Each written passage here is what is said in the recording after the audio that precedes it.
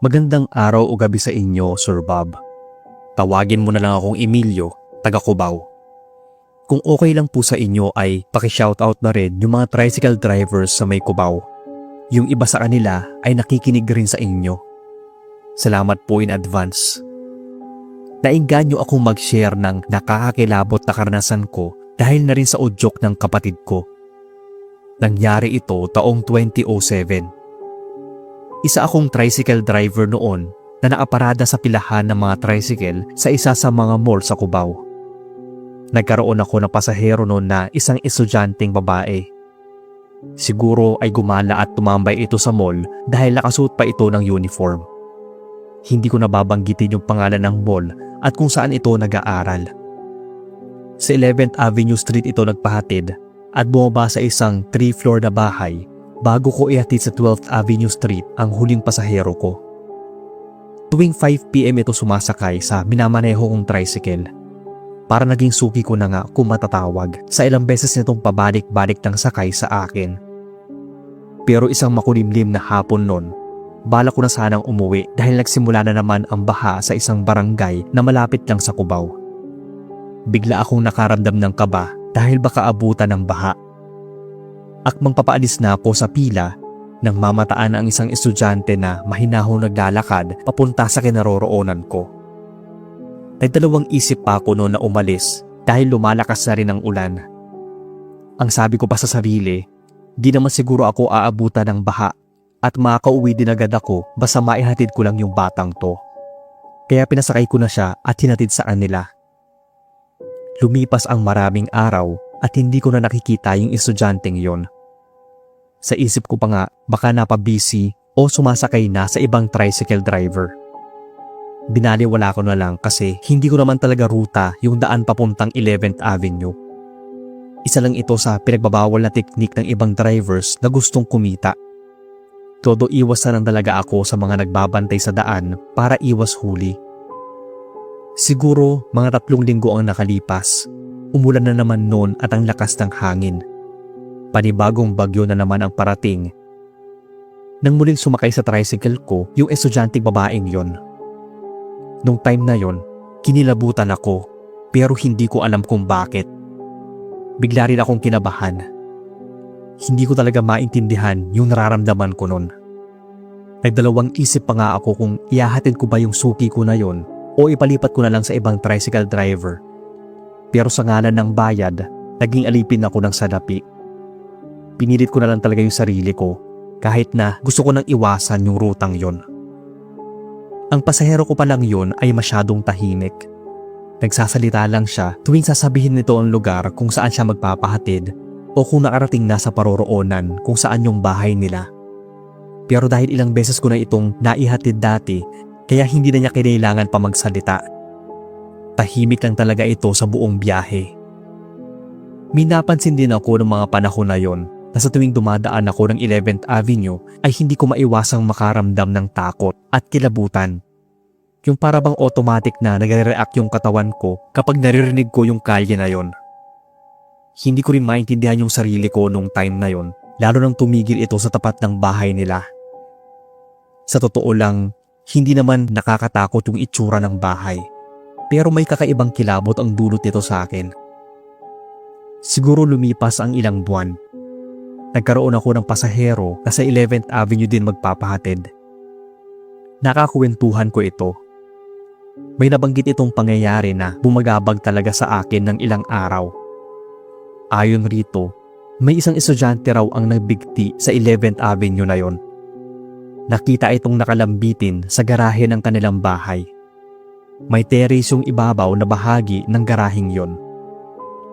Habang nakikinig ako sa kwento ng pasahero ko, ay hindi ko maiwasang kilabutan. Ang lakas pa nga ng kutob ko na parang kilala ko yung estudyanteng tinutukoy nito sa kwento. Para pa akong nanlambot ng mga oras na yon dahil nung dumaan kami sa tapat ng bahay ng dati kong suking estudyante, ay tinuro ng pasahero na yon yung bahay na yon. Ang sabi nito, yun daw mismo ang bahay ng nagpaamatay na estudyante. Nagtataa pa nga ang pasahero ko nung bigla kong tinigil yung tricycle ko sa isang tabi. Pakiramdam ko kasi noong mga panahon na yon ay nahilo ako sa lakas ng kabog ng dibdib ko at kilabot. Nagdesisyon muna akong itigil yung pamamasada ko nung araw na yon at kinabukasan para pahupain yung kilabot na nararamdaman ko nun. Grabe kasi talaga. Lalo na nung sinabi ng pasaherong nakakwentuhan ko na palagi raw nagpapakita yung estudyanteng yon kahit halos 6 na buwan na itong namatay. Ayon na rin sa mga nakakwentuhan niyang mga tricycle drivers na nasasakyan niya. Kumbaga, nagmumulto daw yung estudyanteng babae na yon. Hindi ko na binanak pang alamin yung mas malalim pang kwento. Ilang beses din ako nagpabalik-balik sa Baclaran Church at Quiapo Church nun at bumili rin ng pangontra sa mga tindera para hindi na ako multuhin o sumakay pa yung multo ng estudyanteng nagpakamatay mula sa 11th Avenue. Ang sabi ng iba na napagkwentuhan ko tungkol sa karanasan kong yon, baka raw sa akin ito humingi ng tulong o kung ano man. Pero bakit naman siya hihingi ng tulong sa akin? Siya nga itong nagpaamatay. Hindi sa wala akong pakialam. Ayoko naman na bigla na lang akong atakihin sa puso kapag daulit pa yon. Matatakutin pa naman ako sa mga kababalaghan, lalo noon. Ang ginawa ko, ipinagdarasal ko na lang yung kaluluwa niya na sana ay matahimik na at hindi na ako multuhin pa nito. May isa pang pagkakataon na nakita ko yung babaeng estudyante na yon na papalapit sa tricycle ko. Tapos bigla na lang itong nawala na parang bula. Pero yun naman na yung huling beses na nakita ko siya. Hanggang sa lumipas ang ilang taon na pamamasada ko at tumigil na ako sa pagtatricycle. Ngayon naman ay hindi na ako masyadong matatakutin kaya nahilig na rin ako sa pakikinig ng mga horror stories. Hanggang dito na lang po ang kwento ko. Maraming salamat kung inyong mabasa. At sana ay marinig ko rin sa inyong channel.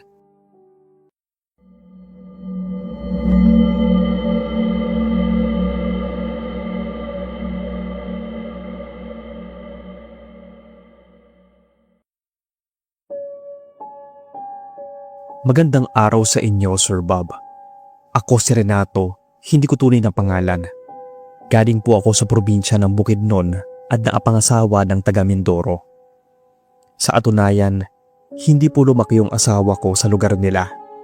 Bagong lipat lang po kami noong mga panahon na yon nang pumanaw yung kanyang mga magulang at kailangan na umuwi siya. Mga hapon noon nang may isang may edad na lalaki ang lumapit sa akin.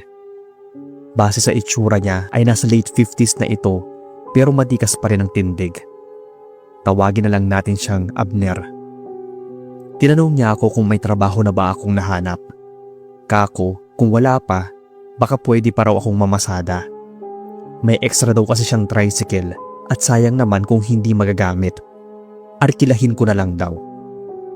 Tamang-tama na kailangan ko ng mapagkakakitaan kaya tinanggap ko yung naging alok niya. Unang buwan ko roon ay nagkaroon ako ng iilang pasahero na kalaunan ay naging suki ko na. Kumbaga, hindi naging mailap sa akin ang pera. Ang routine ko pa nga noon sa pamamasada sa umaga ay tumatambay ako sa palengke. Inaabangan ko ang mga pasahero na maagang namimili. Hindi pa ganun kauso yung pila ng mga tricycle. Nagkaroon pa nga ako ng mga suki na pinapakyaw ako at yung iba pa nga ay hindi na kinukuha ang sukli. Keep the change kumbaga. Meron din akong naging pasahero na sinusundo ko pa sa bahay nila at binabalikan ko rin tuwing nauubos na ang tinda nito. Natuwa ako dahil malaki ito magbigay ng pamasahe. Mangilan-ngilan din ang naging suki ko. Katulad ng tindera sa palengke ay naging suki ko rin ang mga ito sa hatid sundo. Masaya ako sa kinikita ko sa pamamasada ng tricycle. Nabibili ko kasi yung pangangailangan ng pamilya ko. Naapagpatayo pa nga rin kami ng maliit na tindahan at kalaunan ay isang bagong tricycle. Mas maganda rin kasi na wala akong iisipin na bayarin dahil sariling tricycle ko na ang gamit. Isa pa, naawa rin ako kay Mang Abner dahil sira-sira na yung ginagamit itong tricycle. Kako sana, yung pinaarkilahan niya sa akin, yung gamitin na lang niya para hindi siya mahirapan sa pamamasada. Minsan kasi ay nakakasabay ko ito sa pag-aabang ng mga pasahero. Madalas pa itong masiraan dahil tumitirik ang makina ng minamaneho niya. At ang ending ay lilipat ang pasahero nito sa iba. Maayos ko naman sinauli kay Mang Abner yung tricycle niya na ipinagawa ko pa sa talyer para magmukhang bago. Pati nga yung makina, pinapalitan ko rin. Ang buong akala ko noon ay masaya ito sa ginawa ko, pero nagkamali pala ako. Dahil yun ang simula ng bangungot sa buhay ko na hindi ko naisip na mangyayari. Isang linggo ako na hindi nakapamasada dahil dinapuan ako ng matinding lagnat.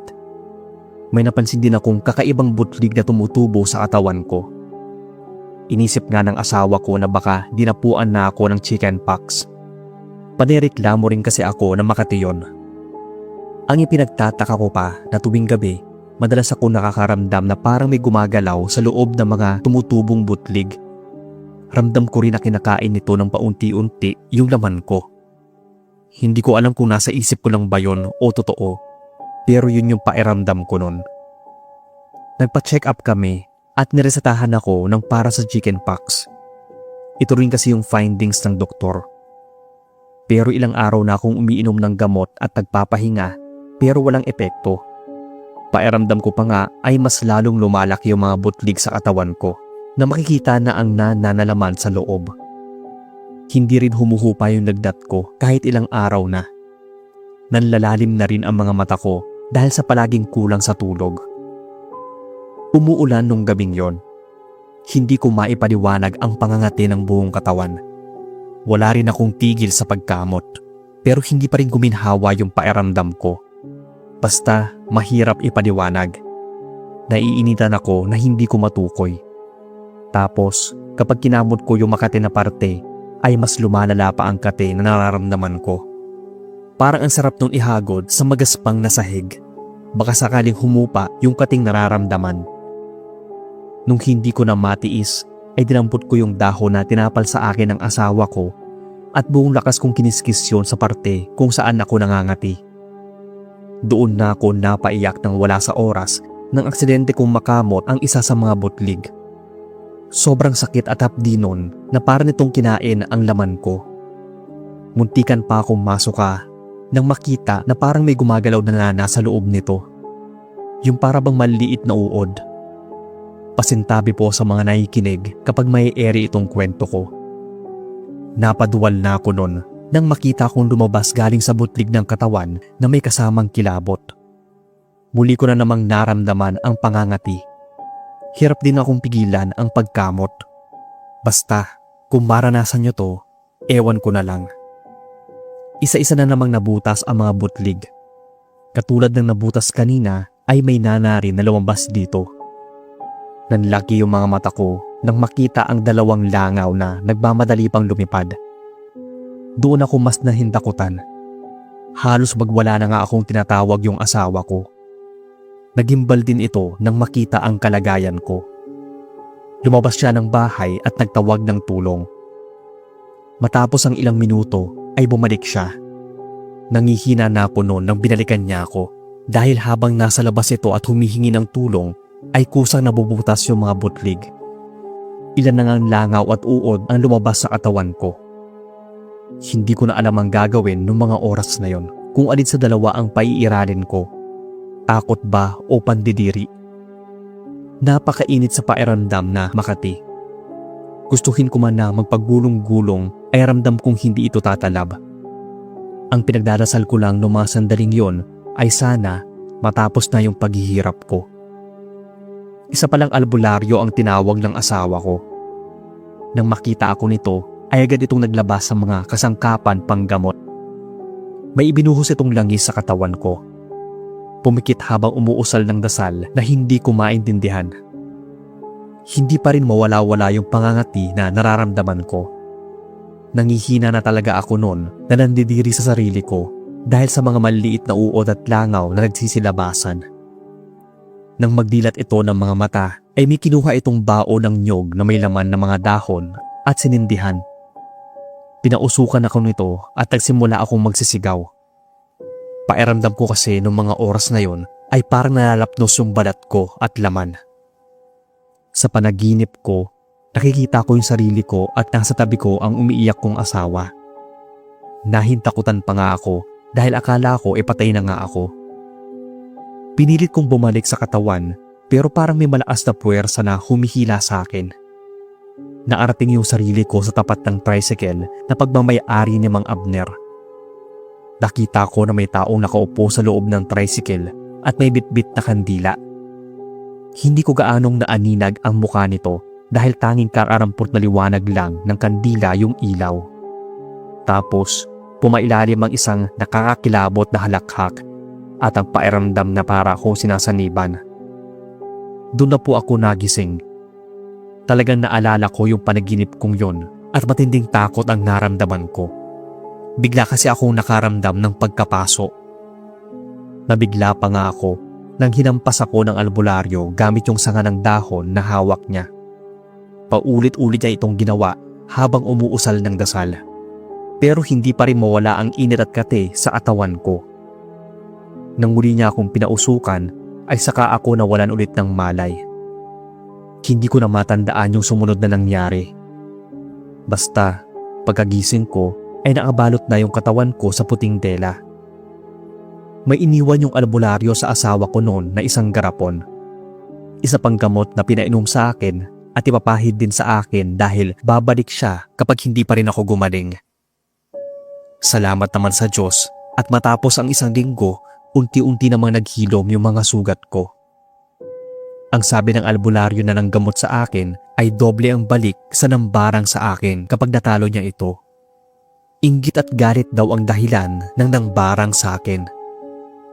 Kumalat sa lugar namin yung magkasunod na pagkakasakit namin ni Mang Abner. Na atulad ko ay hindi rin naaligtas sa mga tsismosang kapitbahay. Nung dinalaw ko ito sa kanila ay halos hindi ko siya makilala. Malala pa sa naging kalagayan ko ang nangyari dito. Hindi ko na rin siya makausap ng maayos. Nabigla na lang ako na isang umaga, ibalita na namatay ito habang nakaupo sa loob ng kanyang tricycle. Naging palaisipan sa akin yung nangyari sa aming dalawa noon ni Mang Abner. Kung kagaya ko rin ba ay binarang din siya. Nang dumalaw yung albularyo sa akin matapos yon, sa kanya sinabi na si Mang Abner yung nagpabarang sa akin. Magkahalong galit at awa ang naramdaman ko. Nang dahil lang sa mas marami akong kinita sa pamamasada ng tricycle niya, ay humantong pa sa pambabarang ang lahat. Kahit maraming taon na ang lumipas, ay naatatak pa rin sa isip ko yung nakakakilabot na aranasan kong yon. Nagbakasakali lang ako na baka mabasa ninyo itong kwento ko. Kung ganun man, salamat Sir Bob sa inyong oras. Palagi akong nakikinig at taga-abang sa inyong channel. More power sa inyo.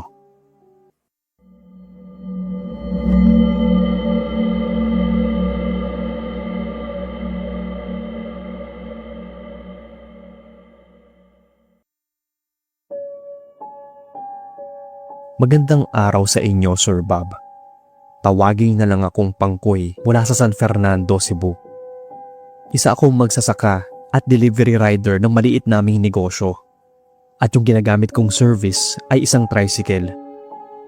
Ang may-ari ng lupa na sinasakahan ko ay sa lola ko na si Lola Carmen. Bali kapatid po siya ng aking yumaong lola na naapangasawa ng may-ari ng mga lupain. May taniman din kami ng gulay na nilalako ko sa palengke. Doon ko binubuhay yung pamilya ko. Minsan noon, inutusan ako ni Lola Carmen na ilako rin yung mga prutas sa tanim niya at binibigyan din niya ako ng share nito. Kilala din si Lola Carmen na isa sa mga nagpapautang ng pera sa aming lugar. Karamihan ng mga nangutang sa kanya ay hindi nga binabayaran. Ang iba, sila pa ang galit kapag sinisingil. Balik tayo sa kwento ko. Hinding-hindi ko makakalimutan yung araw na yon. Nagpahatid sa akin si Lola Carmen gamit yung service sa tricycle papunta sa ospital sa kabilang lungsod. Naikwento nito sa akin na may kamag-anak daw kami na gustong umutang sa kanya. Pero dahil bayaran ng amilyar ay hindi niya muna ito pinahiram. Isa rin sa rason kaya hindi siya muna nagpahiram ay ang pabalik-balik nito sa ospital. Sinusumpong kasi ito ng sakit. Ramdam ko ang lungkot ni Lola Carmen noon habang nagkukwento. Ewan ko, dahil nung gabing yon, hindi talaga ako mapalagay. hindi ako mapakali sa higaan pagka-uwi. Idagdag pa ang lakas ng kabog ng dibdib ko. Basta, hindi ko rin magets yung sarili ko nun. Kinabukasan, hindi ako napag-deliver ng mga ilalakong gulay dahil wala sa akin yung tricycle. Wala naman akong matandaan na may nanghiram nun. Sinuyod ko ng ikot yung taniman namin pero hindi ko pa rin makita yung tricycle. Nagtanong-tanong pa ako sa mga kapitbahay pero iisa lang ang sagot nila. Wala raw silang alam. Nag-alala na ako dahil pinapabalik pa naman kami sa ospital mamaya. Wala akong gagamitin. Pero nag-commute na lang muna ako papuntang palengke at tumiretso agad kina Lola Carmen. Habang naglalakad papunta sa bahay nila ay bigla na namang lumakas yung kabog ng dibdib ko. Lalo pang lumakas yun nang makita ko yung tricycle ko na nakaparada sa loob ng bakuran nila.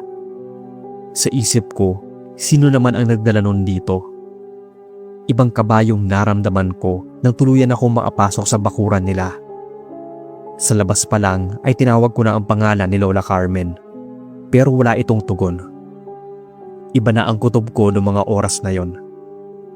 Nang sumilip ako sa bintana, ginalugad ko yung mga mata ko sa kabuuan ng bahay.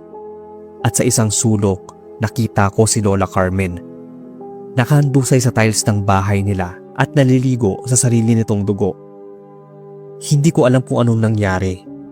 Hindi ko alam kung bakit ganun yung nakita ko. Naisip ko pa nga noon na baka pinagtitripan lang ako ng paningin ko. Pero nang muli ko itong silipin, wala pa rin pinagbago. Nakahiga pa rin si Lola Carmen sa tiles na maraming dugo. Mas lalo akong kinilabutan. Para pa nga akong nakainom nun dahil pasuray-suray akong lumabas ng bakuran para humingi ng tulong. Nang dumating ang mga pulis at nilabas si Lola Carmen ay halos hindi ko ito makilala sa dami ng tadtad nito sa katawan. Kinunan ng statement ng kapitbahay nila. Pasado 12:00 daw ng madaling araw nang marinig nila ang tunog ng isang tricycle papasok sa bakuran ni Lola Carmen. Tapos umalis naman agad ang nag-drive nito. Mga bandang 2:00 ng madaling araw daw ay muli nilang narinig ang pagpasok ng isang tricycle sa bakuran ni Lola. Pagkatapos ay isang malakas na kalabog. Matapos yun ay wala na silang narinig na. Iilan sa mga kapitbahay din nila ang nakapansin ng tricycle na nakapark sa loob ng bakuran ni Lola. Nung tinanong na kung sino ang may-ari ng tricycle, nagdalawang isip pa nga ako sa isasagot. Iisa lang kasi ang nasa isip ko noon na baka ma-frame up ako. Gustong palabasin ng salarin na ako ang pumatay kay Lola. Sa huli ay inamin ko na ako ang may-ari ng tricycle at sinalaysay ko rin sa kanila na kinuha nga yung tricycle ko sa bahay nang hindi ko kilala. Kaya nandoon ako sa bahay ni Lola para sunduin ito para bumalik kami sa ospital. Nagulat pa nga ako kung bakit naroon na yung tricycle ko sa bakuran ni Lola. After nila akong makuna ng statement ay pinusasan ako ng mga pulis. Mangiyak-iyak pa akong naguluhan na humihingi ng dahilan sa kanila. Hindi pa uso ang CCTV noong mga panahon na yon nang nangyari ito sa akin, kaya hindi ko rin maipagtanggol ang sarili ko. Nakulong pa nga ako doon ng mga 2 hanggang 3 araw dahil Biyernes nung nangyari yon. Walang proseso at judge ng weekend. Matapos yon ay pinalabas ako. Siguro ay nakonsensya ang kapitbahay at tumistigo sa totoong salarin. Isang malapit na kamag-anak namin ni Lola ang totoong salarin nun. Ang rason nito kung bakit niya nagawa ang karumal-dubal na krimen ay wala na siyang pambili ng droga. Galit ito dahil hindi siya pinahiram ni Lola. Kaya halos nalimas din yung ilang mga pera at alahas ni Lola sa bahay nito. Lumabas din sa autopsy ang fingerprints na tugma sa salarin, pati na yung fingerprints sa manibela ng tricycle ko. Pilit kong binabaon sa limot yung nangyaring yon. Pero hanggang sa ngayon, naaalala ko pa rin ang naapaninindig balahibong nasaksihan ko. Hanggang dito lang po ang kwento ko. Sana ay mapili ninyo itong kwento na basahin sa channel. Hindi nga lang ito tulad sa mga nakasanayan nating multo, mga aswang, elemento, kulam at ano pa. Pero matinding takot ang naramdaman ko noong mga panahon na naranasan ko to. dahil totoong buhay ang nawala dahil sa masamang loob.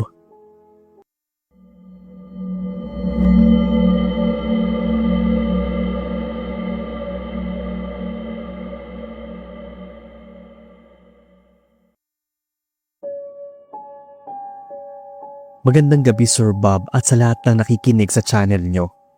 Tawagin na lang akong Nico mula sa Osamis City. Simulan ko na po agad ang kwento. Wala akong permanenteng tirahan dahil palipat-lipat yung destinasyon ng pinapasukan kong trabaho. Naapagtrabaho ako sa isang barge. Sa mga hindi pamilyar sa term na to, ito yung klase ng cargo passenger na barko. Pero kadalasan ay mga produkto na i-deliver sa iba't ibang parte ng Pilipinas. Bawat lugar na dinadaungan namin ay maglalagi kami ng 2 o 3 linggo. Isa ang Negros Occidental sa nadaungan naming lugar, kung saan na-experience ko ang isang nakakakilabot na encounter sa isang laman lupa. Nakaugalian ko na apag dumaong kami sa isang lugar ay hindi talaga maiwasan ang mapapainom ka. Lalo na at tumapat sa kapistahan ng naturang bayan. Wantusawa talaga ang pagkain at inuman.